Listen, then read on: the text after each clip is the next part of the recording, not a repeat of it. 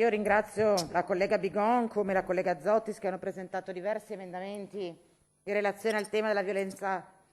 di genere, che è un argomento sul quale non si fa mai abbastanza, perché è un'emergenza vera a proposito di sicurezza, Presidente Ciambetti, che non solo non dà segnali di diminuire, ma più o meno come la curva dei contagi di Covid è una curva che continua a salire malgrado gli sforzi. E noi quest'anno ci troviamo ad affrontare questo tema in un momento particolarmente delicato, perché sappiamo come le chiusure obbligatorie tra le mura domestiche determinate dal lockdown hanno sostanzialmente aumentato il numero di episodi di maltrattamento delle donne e di conseguenza anche le difficoltà delle donne nella denuncia. E quindi noi oggi come esponenti delle istituzioni abbiamo un duplice obbligo. Da un lato dobbiamo costruire le condizioni perché a livello culturale si sviluppi, cresca in questo Paese e in questa regione una cultura contraria alla violenza di genere e dall'altro lato dobbiamo anche mettere in campo interventi concreti perché le vittime di violenza trovino poi un percorso per uscire da questa situazione, che è un percorso fatto di diversi pezzi di strada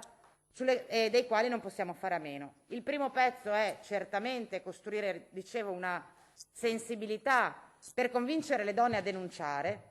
Il secondo pezzo è mettere a disposizione delle donne dei luoghi protetti dove poter trascorrere il periodo immediatamente successivo alle denunce, perché ricordiamo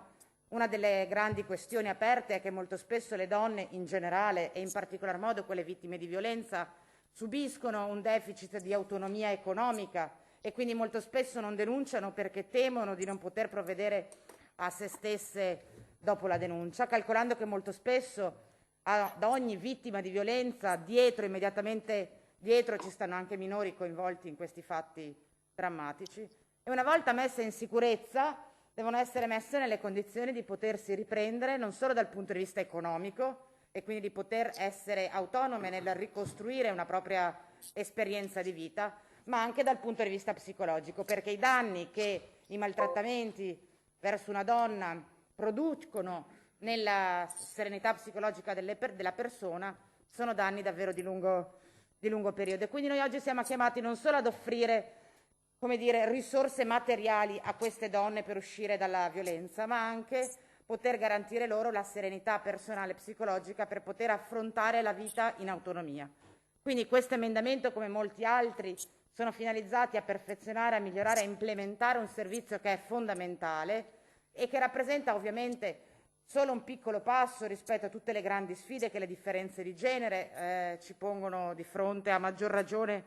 in questa società sotto attacco dal virus. E quindi, al netto del parere su questo emendamento e ribadendo l'apprezzamento per quello che la Regione fa finora, crediamo che questo sia il classico ambito in cui non si fa mai abbastanza. E quindi ho approfittato di questo argomento per rivolgere al Consiglio e alla Giunta un appello per continuare su questa strada, aumentare i servizi che si offrono